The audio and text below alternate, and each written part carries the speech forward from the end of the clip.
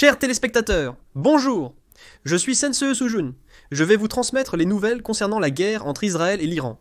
Nous sommes à Téhéran, en Iran. Ici, le sentiment anti-américain ne cesse de croître.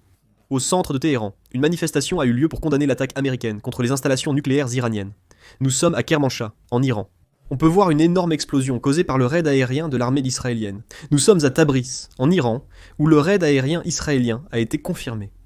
L'armée israélienne a utilisé une trentaine de chasseurs et plus de 60 missiles pour attaquer des dizaines de cibles militaires à travers l'Iran. En particulier, ils ont poursuivi les attaques dans la région de Yazd, où se trouvait le quartier général des missiles stratégiques Imam Hossein. Voici les images de l'armée israélienne attaquant le commandement des missiles stratégiques Imam Hossein.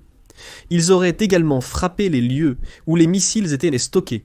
Il s'agit de la région de Yazd. L'armée israélienne a mené un raid aérien sur les installations de missiles balistiques iraniennes, situées ici. Les pilotes de bombardiers B-2 Spirit qui ont accompli leur mission en Iran ont atterri dans l'état du Missouri et sont revenus sains et saufs aux États-Unis. Cette vidéo montre le bombardier B-2 en train d'atterrir. Selon un reportage du New York Times, Israël estime que l'Iran aurait déplacé l'uranium et les équipements de l'installation nucléaire de Fordo vers un autre endroit.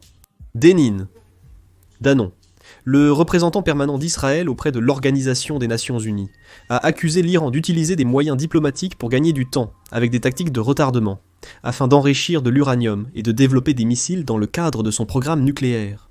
Israël aurait poursuivi des discussions en vue de suspendre les attaques contre l'Iran, après que les États-Unis ont mené une frappe aérienne sur les installations nucléaires iraniennes.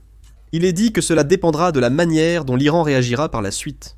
L'Iran a déclaré qu'il poursuivrait ses attaques contre Israël. Le représentant permanent de l'Iran auprès de l'Organisation des Nations Unies a condamné les actes d'agression des États-Unis et d'Israël contre l'Iran, déclarant que le moment, la nature et l'ampleur de la riposte proportionnée de l'Iran au Conseil de sécurité de l'Organisation des Nations Unies seraient décidés par les forces armées iraniennes. Les États-Unis, estimant que l'Iran riposterait, ont vu le secrétaire à la défense, Excess, déclarer que les généraux de l'armée avaient renforcé les mesures de protection des troupes, en particulier en Irak, en Syrie et dans le Golfe Persique. Le secrétaire d'État américain, M. Rubio, a demandé à la Chine d'intervenir pour convaincre l'Iran de ne pas bloquer le détroit d'Ormuz. Le secrétaire d'État américain, M. Rubio, a déclaré que si l'Iran souhaitait une rencontre, il était prêt à la tenir immédiatement.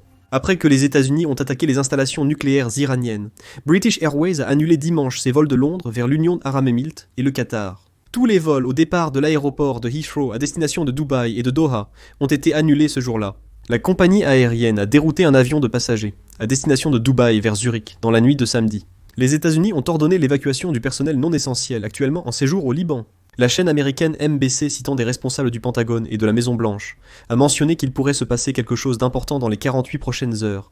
De plus, comme les actions de l'Iran restent imprévisibles, il n'a pas été possible d'identifier précisément les lieux où l'Iran pourrait exercer des représailles. Le département d'État américain a averti que les citoyens américains qui ne peuvent pas quitter l'Iran doivent d'ailleurs se préparer à une évacuation à court terme, tout en réitérant que le gouvernement américain n'a pas l'intention de fournir une assistance directe pour quitter l'Iran.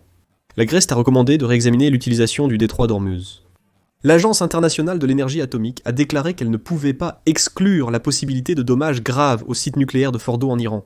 L'Agence internationale de l'énergie atomique a déclaré que ses inspecteurs devaient retourner dès que possible dans les installations nucléaires iraniennes. L'Agence internationale de l'énergie atomique a indiqué qu'aucune augmentation de la radioactivité à l'extérieur des centrales nucléaires n'a été détectée sur les 3 sites d'Ispahan, Natanz et Fordo.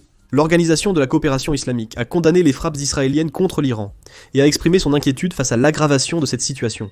Je vais terminer la vidéo ici. Merci.